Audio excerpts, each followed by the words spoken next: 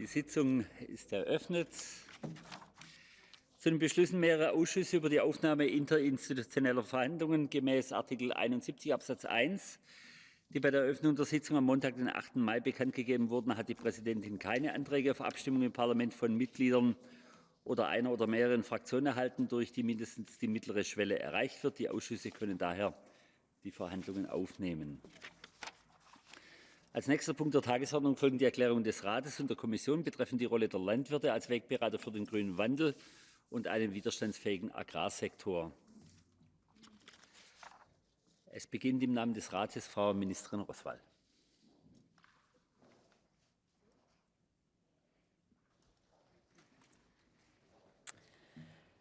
President, honourable members, Commissioner, I would like to thank the European Parliament for including this important issue on the agenda.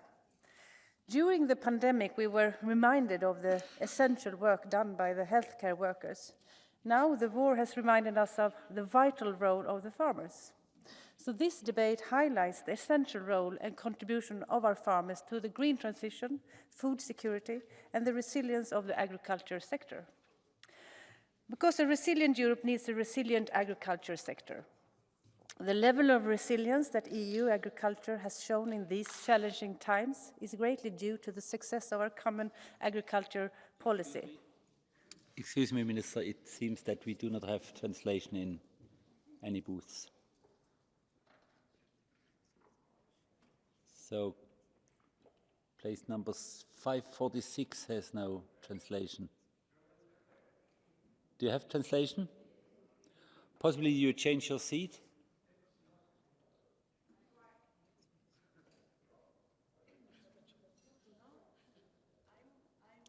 Is it better? No. What? How do?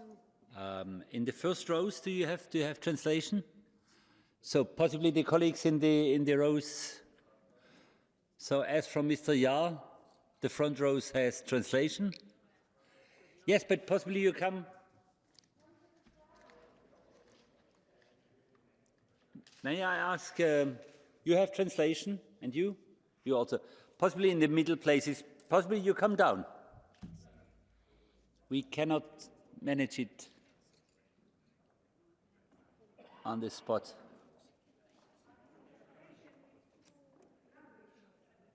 Do I start from the beginning?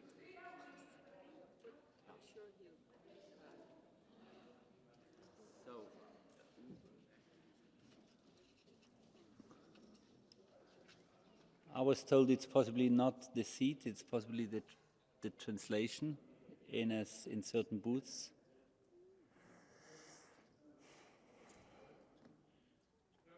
Do you have translation, colleague? You have translation?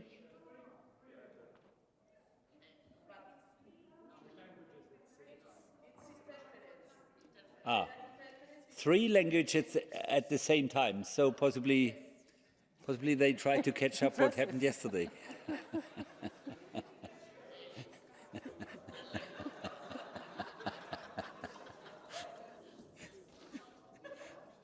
So in that case, we have to wait possibly for a second. So it's Romanian language, I guess.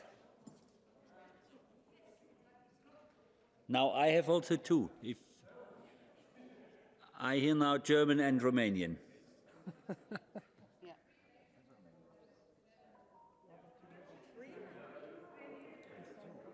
So I guess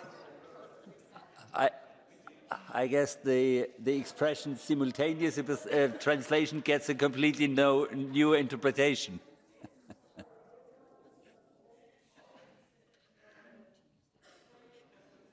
So 524 has also 2 versions. The Spanish colleague has 3 now. I do not want to increase the pressure. Possibly interrupt for 2 or 3 minutes.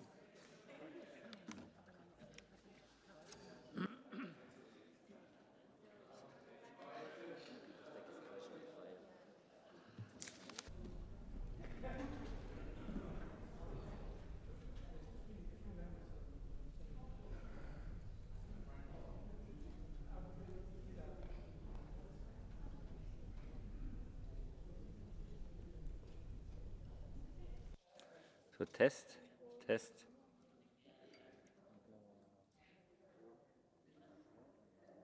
Test was meant as English.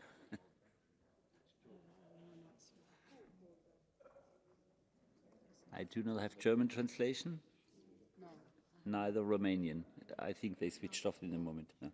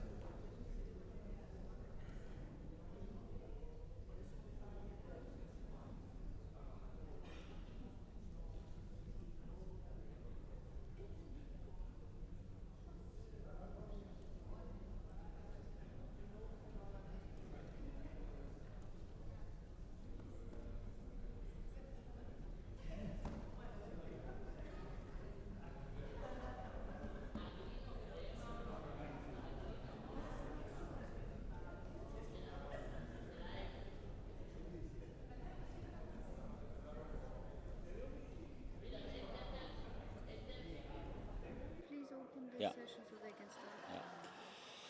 So, colleagues, I would ask you to put your earphones on and test your language, even if you do not need interpretation.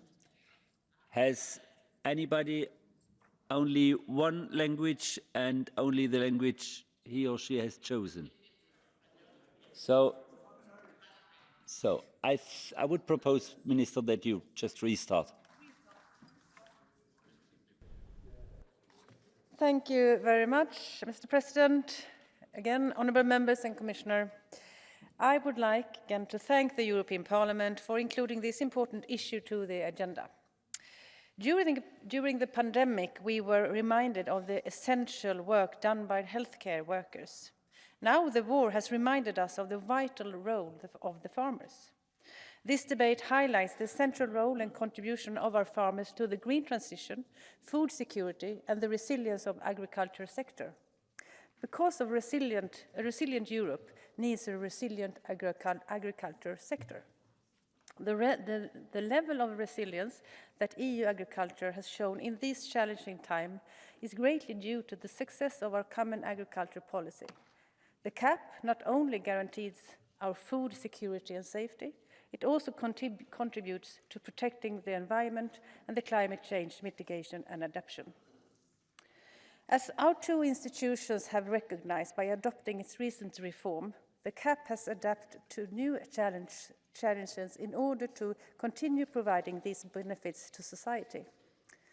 More specifically, it should adapt to help us address today's climate and environmental challenges and to meet our international commitment. Enabling the green transition is important for society as a whole, but this is also the only way for our agriculture sector to remain sustainable, resilient, and competitive in the future. Successive CAP reforms have, from 2003 onwards, have raised the environmental standard for farmers. This win-win situation was achieved through a decision-making process that also includes the farmer sectors. And over time, our farmers have grown increasingly aware of the consequences of climate change. During the Swedish presidency, the Council has held special policy discussions on the agricultural aspects of the green transition. Moreover, the Council has adopted conclusions on how our rural sector could utilize the full opportunities offered by the bioeconomy. The political guidance provided by the Council aims to make sure that the sensitive special circumstances of the farming sector will be duly taken into account in discussions going forward. I would also like to mention that the Presidency will hold a conference and a meeting in the south of Sweden focusing on how CAP can contribute to meeting high environmental and climate ambitions while ensuring increased production and resilient agriculture. We intend to continue this work in cooperation with the upcoming Presidency. Now I'm looking forward to hearing your intervention. Thank you for your attention.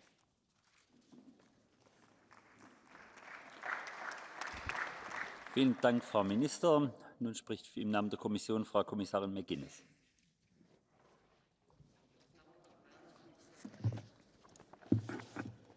Thank you, Mr. President. Good morning, colleagues. I do want to raise the podium before I start, so apologies. I want to look you in the eye.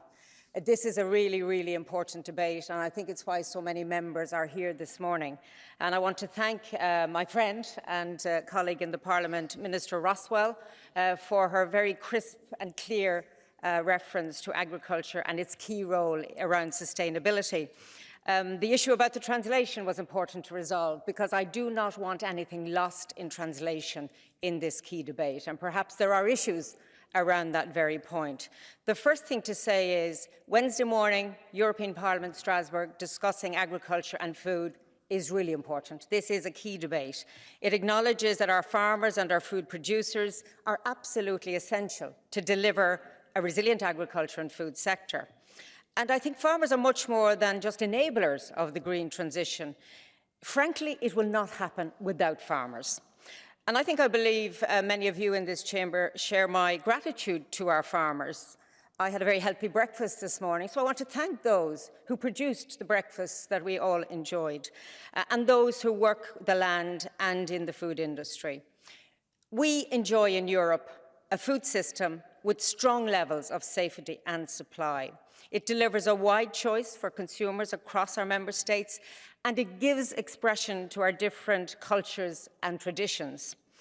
Farmers are in a very unique position. They manage natural resources on which their livelihoods depend, and in turn we depend on farmers' ability to manage land, biodiversity and water to generate food, feed, fibre, fuels and other biomass in a sustainable way, maintaining the resources in a good condition so that they can continue to produce for future generations. So our farmers and our farm workers are not only producers and stewards of the natural environment, they're also one of the first sectors to feel the harsh impacts of the climate and biodiversity crisis.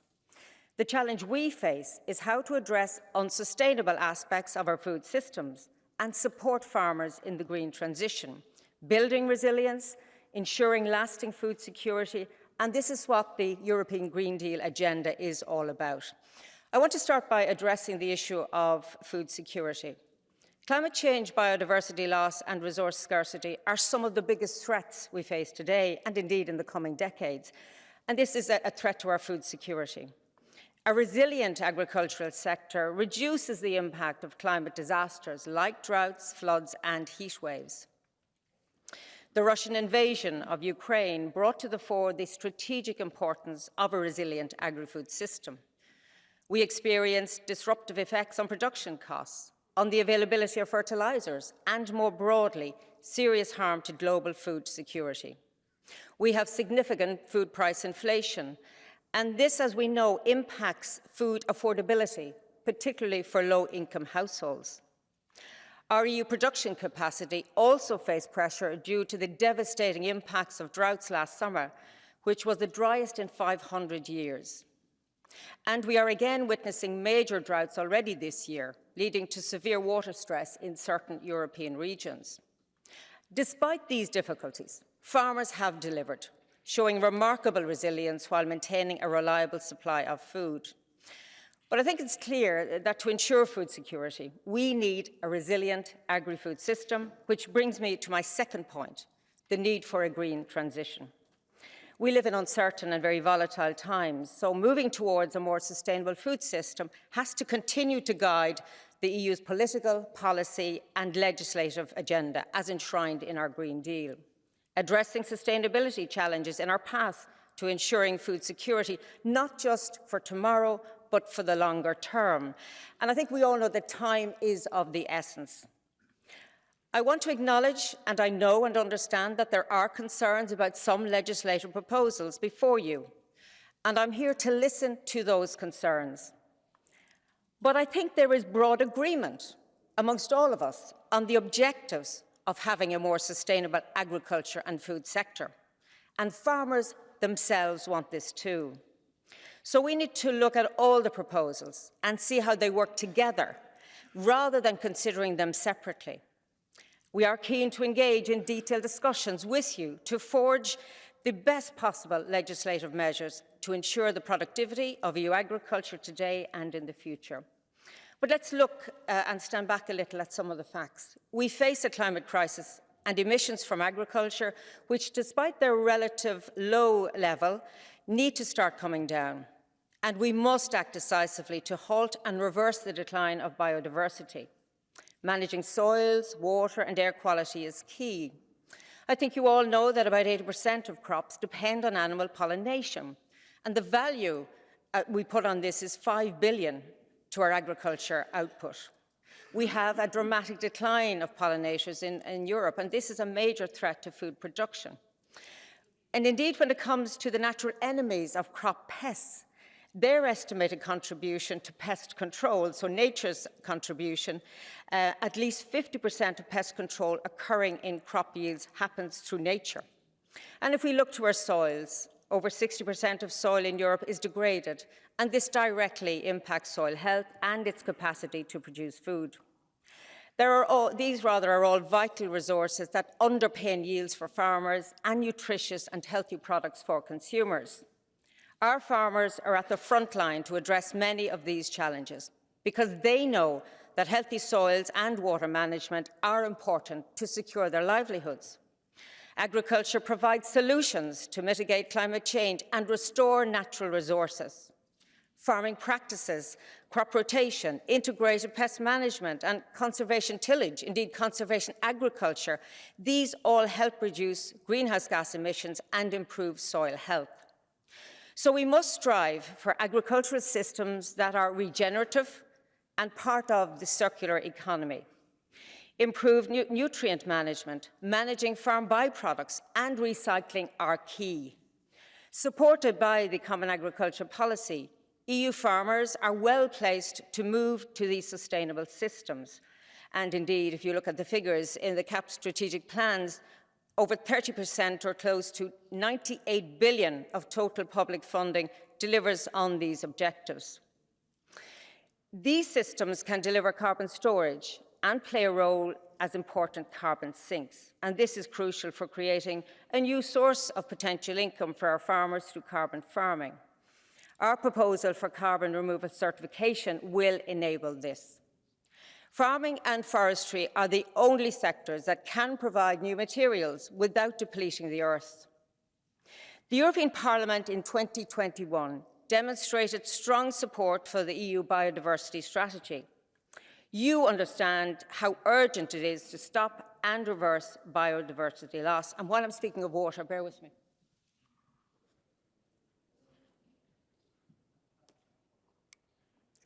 I didn't do that for effect, I was just thirsty. But it actually makes the point that I could actually reach for a glass of clean water. There are many, many people around the world who don't have a glass and certainly don't have clean water. So I hope it made a point as well as satisfied my thirst. And in one sense, I've said a lot of what needs to be done, and I think the time is right to do this now. President von der Leyen, in her State of the Union in 2020, said nature is our first ally to adapt to the consequences of climate change, because we need well-functioning ecosystems. They're the very basis for sustainable growth, including for our agriculture and fisheries sector. The nature restoration law is actually the bedrock of the international commitments in the Kunming Montreal deal on biodiversity. And you know, EU and member states were instrumental in achieving a high level of ambition and clear targets. If I turn to pesticides, we need to reduce the use and risk of chemical pesticides because the science on this is putting us in this direction. Not acting fast enough now will have a long-term effect on our food security into the future. And indeed, as I said, a lot, up to half of our crops depend on pollinators rather, and these are at risk. There are alternatives to chemical pesticides, crop rotation, plant breeding, new breeding techniques and biological pest controls, and we need to integrate those into our farming systems. Without the actions set out in our proposal for nature restoration and the sustainable use of pesticides, farmers' livelihoods and indeed food security will be put at risk. Again, this is what the science is telling us. These proposals are about ensuring that there is a future for our farms, our farmers, and those who work in the food supply chain. Our proposals aim to help farmers, not to harm them. The Commission recognised the exceptional circumstances affecting the food system since the start of the Russian war. We have increased concerns about global food security, and we were reminded about the important role that Europe, the European Union, plays in global food security. In our staff working document in January of this year, we looked at the main drivers affecting food security, both the supply and demand sides in the short and the long term. And really the conclusion was that we do need to act on these issues now. A consistent and comprehensive implementation of the European Green Deal, including farm to fork, biodiversity strategies, will help the EU secure a sustainable, inclusive and resilient food system within a realistic time frame and with necessary support instruments. Going beyond regulatory and support measures, there are needs for changes in terms of consumption, reduction of food waste and increased innovation to provide all the tools needed to achieve our sustainability objectives without jeopardising productivity during the transition. The assessment concluded that the key challenge for policymakers is to pave the way for a transition towards a more sustainable and resilient food system that meets and reconciles short and long-term needs at the same time. And we do need to make sure that our policies are well designed and balanced. The Commission is listening carefully to the concerns expressed by this House, by Member States, by stakeholders, including farmers. So as a consequence, for example, the Commission showed its openness to consider alternatives to a total ban on the use of pesticides in sensitive areas. These alternatives are intended to safeguard agricultural production while still protecting health and the environment. The Council has requested additional input and evidence, and that will be delivered to Council and in parallel to the European Parliament around our assessments of impacts. And while the focus in the headlines is on food security and environmental performance, it's true that our farming sector is facing other challenges that we cannot ignore. The sector does not attract people, so there is not a rush of young men and women to become farmers. This House is really concerned about the lack of generational renewal in agriculture. And this is the third, and it's a key point. We have a very diversified agriculture across our member states, but we see this common problem. The number of farmers is declining. Small farmers are opting out, renting land, or indeed selling. Farmers are ageing. The average is 57. There is some light at the end of this tunnel. We're seeing more women enter farming, and one figure that struck me is the increase in the share of women, female farm managers to 31% is encouraging. But I do think we share this concern about generational renewal, and our policies have to support, as Member States are doing, young farmers to get established. But encouraging young men and women to farm will not succeed if they cannot earn decent incomes for their efforts. We also need to make our rural areas more attractive and dynamic, and farmers are at the core of this. Indeed, I would say that perhaps COVID lockdowns has encouraged people to think about moving and living in rural areas, but they need connectivity, schools, access to health, and of course, mobility. This is the European Year of Skills, and I think when it comes to skills around translating research and innovation to farm level, we have to assist our farmers in giving them the knowledge and allowing them put it into practice, and this is a key part of the CAP strategic plans. It is a unique opportunity because the research is there, and it just needs to be, as I say, drilled into the soils of Europe by our farmers. And farmers have an appetite for knowledge, and they will change if they are given the tools to do that.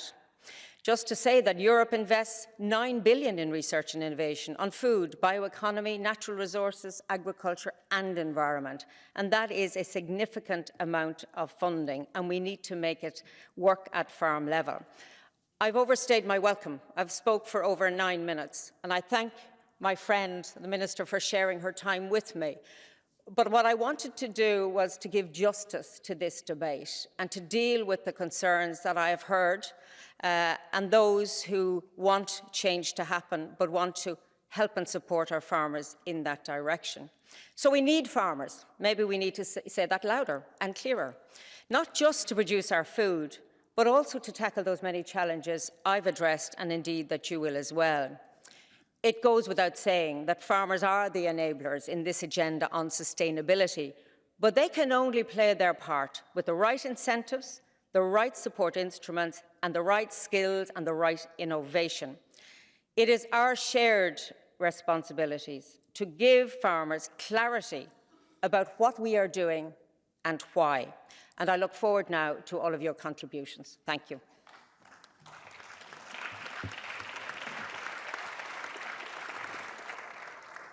Vielen Dank, Frau Kommissarin. Wir haben uns